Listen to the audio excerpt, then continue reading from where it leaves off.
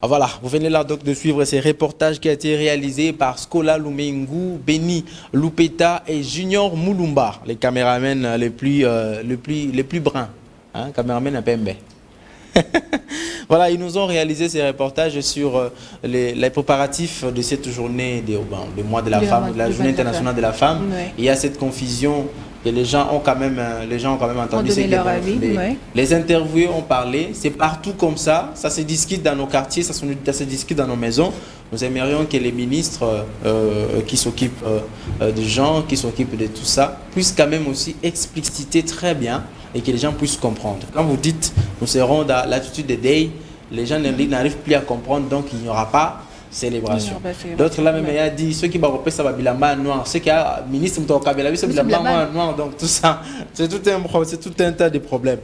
Et donc voilà, vous avez compris, et Priscilla, et ça va commencer demain, le mois de la femme. Nous allons commencer demain. Le mois de la femme va commencer demain. Je pense que tu ne seras pas obligé d'être en panne quand même. Hein.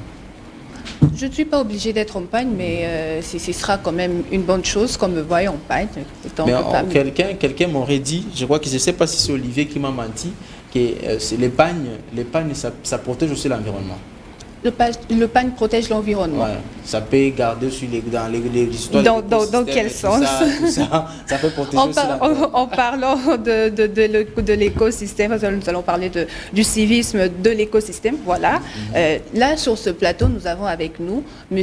Marcus Ilunga, qui est un environnementaliste, c'est ça, voilà. Il va nous parler de l'éco-citoyenneté. Voilà. Donc, voilà.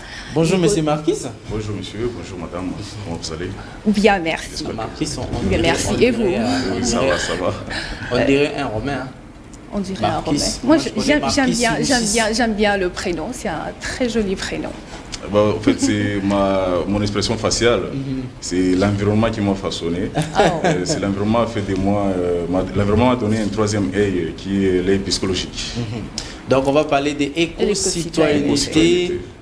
Éco-citoyenneté, qu'est-ce qu'on devrait comprendre? Alors, monsieur Marcus Ilunga, l'éco-citoyenneté, que devons-nous comprendre par ça? Oui, l'éco-citoyenneté, c'est l'ancrage de deux concepts. Ces concepts-là, ce sont des vieux concepts qu'on appelle aujourd'hui l'écologie et la citoyenneté.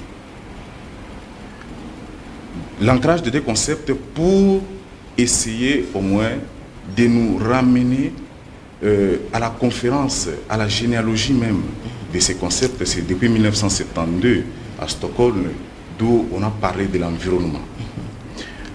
Par la définition, je vais parler de l'écologie. Par une définition claire, une définition maternelle. On parle de l'écologie comme l'étude de la maison. Par exemple, l'interaction entre les êtres vivants dans leur milieu.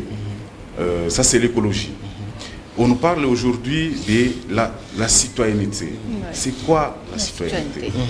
La citoyenneté, bon, dans le monde entier, dans le monde globalement, et ces concepts ont connu beaucoup des avancées. C'est qu'ici, nous, en RDC, nous sommes vraiment en retard parce que ailleurs, ils sont arrivés à un niveau de faire les ancrages de deux concepts pour donner des solutions idoines à la population.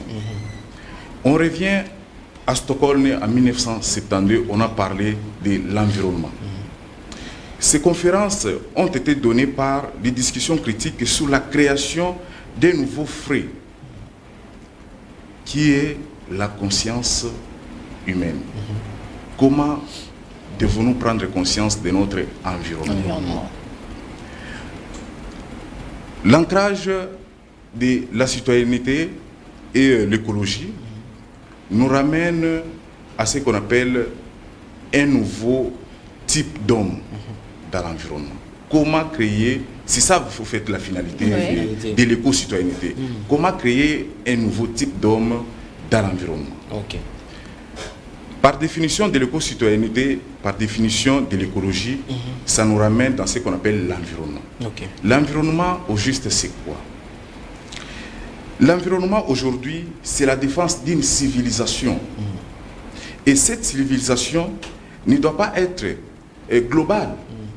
mais ça doit être notre civilisation, notre bien à nous. En ces moments-là, aujourd'hui, nous devons maintenant ressortir, ou soit dans la création de noms nouveaux dans l'environnement, inculquer les notions de l'écologie dès le bas âge, pour prendre soin de notre environnement. Voilà, c'est la question que j'allais vous ajouter pour vous relancer. Vous parlez de l'écologie et puis citoyenneté. Vous savez qu'à un certain âge, on ne peut plus éduquer quelqu'un à savoir que non, ben, c'est pourquoi même nous vivons dans l'insalubrité à Kinshasa. C'est quand un adulte, vous ne pouvez pas lui dire que non, il ne faut jamais jeter la bouteille ici et puis vous comprendre aussi facilement. Exactement. Et donc, cette éco-citoyenneté, on peut vraiment les commencer à quel niveau d'âge ou à quelle tranche d'âge pour que ça soit vraiment une notion inculquée au sein de la population. Je donne par exemple l'exemple en Chine, par exemple. Les notions de l'écologie ou soit de l'éco-citoyenneté, cette notion commence à 2 ans. 2 ans. 2 ans. Donc, dès que l'enfant a 2 ans, on commence à inculquer les notions. Dans le cours de civisme, vous vous rappelez, par exemple, on nous a parlé des devoirs de l'enfant envers leurs parents, des devoirs des parents envers leurs enfants, des devoirs de l'individu envers sa société. Sa société. Mais cette éducation, je parle de 2 ans des enfants, ne doit pas être une éducation systématique. Ça doit être une éducation en fonction des besoins. Aujourd'hui. En fonction des besoins, pourquoi? Que l'État, que le gouvernement essaye au moins de revoir dans le système éducatif, d'inclure quand même ces notions dès les bas âges. À la maison, on ne peut pas tout nous apprendre. À la maison, on ne peut pas t'apprendre comment sécuriser la patrie. Aujourd'hui, vous voyez, il y a vraiment cette boom de la dépravation. Il y a cette boom de la délinquance juvénile. Il y a cette boom. Bien sûr, on ne peut pas éduquer quelqu'un et on ne peut pas éduquer un adulte. C'est ça. Mais on peut recourir, parce que si on parle aujourd'hui de Tbilisi, je vous parle de la conférence de Tbilisi, ça s'est passé en Grèce, où cette conférence stipule l'apprentissage. C'était en 1977. Après Stockholm, on a parlé de l'apprentissage. Comment éduquer un adulte? Il y avait déjà des adultes qui n'ont jamais appris c'est quoi l'environnement, comment gérer l'environnement, comment gérer la maison, par exemple. Parce qu'on revient sur l'écologie, on nous parle d'autres, on nous parle de la maison. Il y a d'autres concepts qu'on a parlé, par exemple, on a parlé par exemple des approches mésologiques, par exemple. L'approche mésologique, une éducation mésologique. C'est une éducation donc qui se fait dans la maison. Mais il faudrait aussi que ces parents soient aussi conscients de cette citoyenneté, de cette éco-citoyenneté pour qu'ils inculquent aux enfants à la maison. Le parent ne doit pas nous inculquer. Nos parents ont raté cette éducation. Ont raté cette notion. Dès le bas âge, nos parents ont raté ça. Et ici, nous déplorons à ce que le gouvernement crée un nouveau type d'homme. L'homme a intériorisé les concepts de l'environnement. L'homme a intériorisé le problème de la maison, donc de la mésologique. Cela va aboutir quand même. Est-ce que vous avez déjà appris l'éducation informelle? L'éducation informelle. L'éducation informelle. Qui est-ce qu'on a appris à Kumbaka Pousso, par exemple, si je peux énumérer quand même donc, c'est une façon, Babilo Moro apprendre tant que Yomo comme Mutu, ou comprendre que non, il faut qu'on Pousso, l'apprentissage.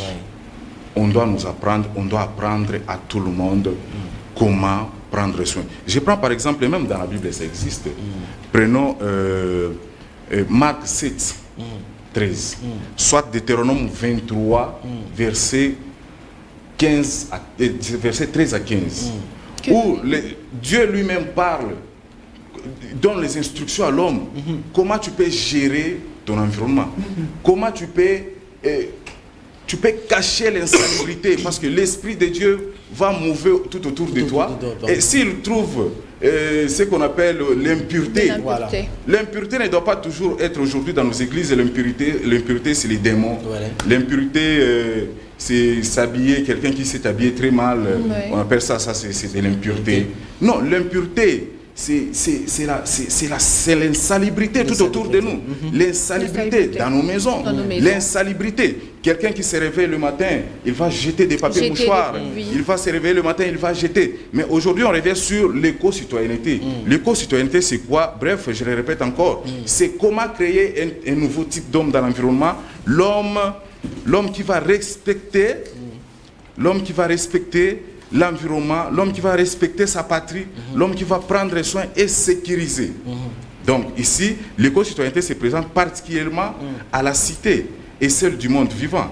Et la maison de vie, je le répète encore, partagée entre nous les humains, au lieu d'engagement vers l'équité socio-écologique, la solidarité, la paix avec la nature. Voilà. C'est ça l'ancrage des deux concepts dont nous devons relever, nous devons marteler jour et nuit pour essayer au moins d'éliminer ce qui nous entoure comme la dépravation, ce qui nous entoure comme la délinquance. Aujourd'hui, il n'y a plus de jeunes au pays qui prennent quand même conscience, ce qu'on appelle dans d'autres mondes, on appelle le jeune émancipateur. Les jeunes qui savent réclamer leurs droits. Les jeunes qui savent prendre des décisions idoines, des décisions qui peuvent aider ces pays à se développer. C'est ce qu'on appelle des jeunes émancipateurs. Alors, quelques caractéristiques pour connaître quand même c'est quoi l'éco-citoyenneté. Bref, l'éco-citoyenneté doit se caractériser en deux termes. On va se saisir de sa typologie et de ses caractéristiques. Un citoyen, c'est celui qui participe dans un État démocratique, qui participe à l'exercice de la souveraineté. Ça, c'est sur le plan politique. Mais ici, on ne parle pas de la politique, mais dans chaque concept... Mais il faut toujours en parler, parce que moi, je veux vous relancer avec ça. Vous savez que lorsque nous parlons de concitoyenneté, moi, j'interpelle le ministre de l'Environnement, qui n'est pas seulement obligé d'aller dans les COP 20, COP 21, COP 32, mais ce sont des matières comme ça, inculquées, comme M. Marquis venait de dire, dès le bas âge. Je pense que même de l'école maternelle, avant que vous continuiez avec les caractéristiques, déjà de l'école maternelle, on peut déjà commencer à inculquer aux enfants de comment protéger l'environnement. Comment protéger l'environnement, comment faire le tri des déchets, comment savoir est-ce que ça c'est les déchets dégradables et ça c'est les déchets non dégradables. Dès le bas âge. Et avec le temps, des décennies après, vous verrez que cette nouvelle génération va amener un vent nouveau dans tout ce qui nous entoure, dans ces vides aujourd'hui que nous vivons ici en RDC. Alors on y va maintenant un peu vite, sinon la réalisation nous fait des signes qu'on est en train de consommer déjà notre temps. Caractéristiques, vous étiez en train de citer les caractéristiques et les types d'éco-citoyenneté. Si vous pouvez aller un peu vite et nous expliquer en clair qu'est-ce que les gens peuvent comprendre. Mais c'est difficile de parler en lingala avec ces sujets. Difficile parce que c'est très technique. Bien sûr, je peux peut-être glisser les lingala après, parce qu'aujourd'hui, on va se servir de quelques caractéristiques fondamentales pour déterminer la nature de l'éco-citoyenneté, à savoir, chaque jour, un éco-citoyen préserve l'environnement grâce à des gestes simples. Chaque jour, l'éco-citoyen apprend à jeter mieux et à jeter moins de déchets. Chaque jour, l'éco-citoyen fabrique les engrais naturels en compostage des déchets organiques dans son jardin. Je donne l'exemple. À l'époque, moi je viens du Katanga. Moi je suis natif de Jadoville. À l'époque, il y a ce qu'on appelait, ce qu'on appliquait. Je voyais les colons faire ce qu'on appelle la phytominage, la phytorestauration. Bon, je glisse quand même les lingala pour quand même faire comprendre c'est quoi la C'est important. Oui, C'est important pour ceux qui nous suivent. Bazui Miriandako, Batongi, 3 mètres. Aujourd'hui, les gens pleurent de la chaleur, il y a quand même des vagues de chaleur. Mais nous, ici, nous n'avons jamais connu la chaleur. Il y a ce qu'on appelle la chaleur dans le monde. Des vagues de chaleur, voilà, des El Nino, des El Nina, donc des histoires dont vous ne pouvez pas supporter. Ouais. La canicule. À l'époque, dans ma ville, Likassi, par exemple, je donne l'exemple de Likassi, la phytominage et la phytorestauration, ça se faisait comment? Au Tony c'est 1 mètre, au Jiba fleur, au Loni Likolo. Ok. Il y a un moment où il tamboli. Au Loni Likolo, il y a un moment où il tamboli, c'est le clôture. Okay. Et c'était très beau. C'est trop beau à voir. Mais avec l'insécurité, qu'est-ce qu'on peut faire? On peut continuer toujours à faire ça parce que facilement on peut... Ça, le problème, tu n'as pas besoin. Bon, peut-être aujourd'hui, on peut parler de l'insécurité. Oui. Peut-être parlant de l'insécurité. Mais tout cela, ça ne protège pas. Même celui qui vient te piller, qui vient couper, faire n'importe quoi chez toi, la fleur à côté. Même celui-là, un jour, il va regretter. Pourquoi? Parce qu'il n'a pas su protéger sa civilisation. Parce que Mouto a sali bongo, a teba fleur bongo, a bongi c'est pas nae bongo, a za Mouto a zo boulé lobby, parce que chaleur est koya, Mouto a se protéger. Donc c'est ça. Continuons avec les caractéristiques. Chaque citoyen ne se débarrasse jamais de ses déchets encombrants. Un jour, na matina Moutouka 207, à côté de moi, bouteille mon comme sous bezala qui Imaginez. Comment vous pouvez vous promener avec des... Bon, quel degré de l'impurité? L'impurité. Même la Bible, je ne sais pas dans nos églises aujourd'hui si on en parle. Même dans la Bible, Naouti Kolobango, balobeli makambo na badéché. Est-ce qu'il y a vraiment Dieu? Moi je me pose des questions. Est-ce que l'esprit de Dieu move au moins dans la ville de Kinshasa? Je ne pense pas. Il y a l'insalubrité partout. L'insalubrité partout, surtout dans notre capitale. Surtout dans notre capitale, dans nos avenues, devant nos maisons. Voilà, nous allons chuter avec M. Marquis. C'est très important, c'est très pédagogique et c'est cette thématique éco-citoyenneté, quoi comprendre. Nous allons, j'espère que beaucoup de gens auront encore besoin d'écouter, de réécouter, de réapprendre encore sur ça, puisque nous apprenons tout ça. Parce que dans ce qui concerne l'éco-citoyenneté, papier, mouchoir, naïe, léger, c'est facile. N'importe où et ça va se dégrader et tout ça, ça va finir. Mais attention, si économiquement est belé, surtout vous qui jetez dans les kives. Dans les kives dans vos toilettes. Si est comme belé est bouché et quand ça bouche, ça donne des odeurs pas intéressantes. J'aimerais quand même vous donner juste des conseils par rapport à ça. Les gens, nous avons compris l'éco-citoyenneté, c'est-à-dire l'écologie et la citoyenneté. C'est ce que nous avons compris. Maintenant, un conseil à toute la population d'abord congolaise. Et puis en particulier là où nous sommes à Kinshasa, parce que là, c'est vraiment un grand problème. Ces conseils, ou soit, il y a plusieurs résolutions. Oui. Mais je vais énumérer par exemple quelques-uns tout simplement. Ouais. Moi, je vais commencer d'abord, je vais attaquer d'abord notre système éducatif.